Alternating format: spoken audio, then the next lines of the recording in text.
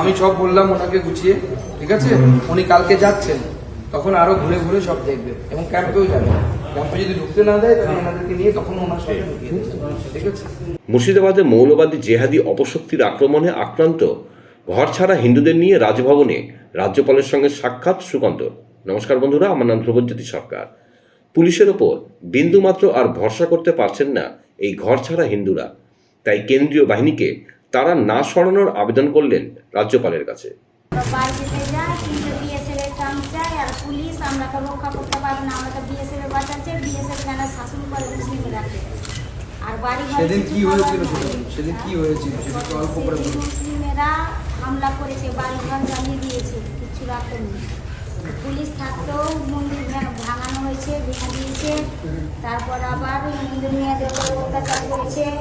তারপরে জলে বিষ মিশিয়ে দিয়েছে, জাল ছিটিয়ে ফেলে দিয়েছে, চুল ধরে টেনেছে, হাত ধরে টেনেছে। আমি যে মুসলিম করবো বুঝবো না এমন করে বলছে। আমরা কেমন করে বাঁচবো? আমাদের বিএসএফ কাছে আর যদি বাড়িতে ক্ষতি হয়েছে ক্ষতিপূরণ করতে হবে। So, sir, I'm trying to translate it. So, last line she has said that she has no faith on the police. So, there should be a BSF camp, and actually, with the help of the BSF, they could escape from that area. The Muslims won't attack their house, and their house was totally destroyed in front of the one significant line she has said in front of the police. The temple was vandalized. Mandir bhanga hoyechilo to police sathে. The temple was vandalized in front of the police. In front of the police, they set fire to the houses. In the temple, those groups. So that kind of atrocities they have faced, and later, yes.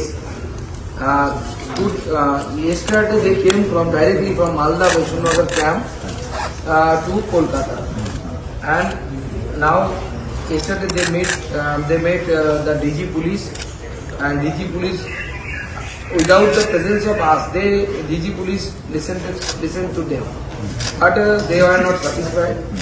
Even we are not satisfied. So this is the situation, sir. Situation. आप चिंता मत करो, हम सब आपके साथ हैं। घबराने की कोई बात नहीं, मिलजुली। হিন্দি বুঝতে পারো তো? বোঝো না বলো, চিন্তা ঘাবড়ানোর কিছু নেই, আমরা সবাই আপনাদের সাথে আছি। Anytime they can contact us. ধুলিয়ানের থানাটাকে তো মুসলিমেরা ঘিরে নিয়েছে। The PS, Julian PS, থানাটাকে ঘিরে নিয়েছে। আর বড় বড় মারানো হয়েছে মুসলিমদের।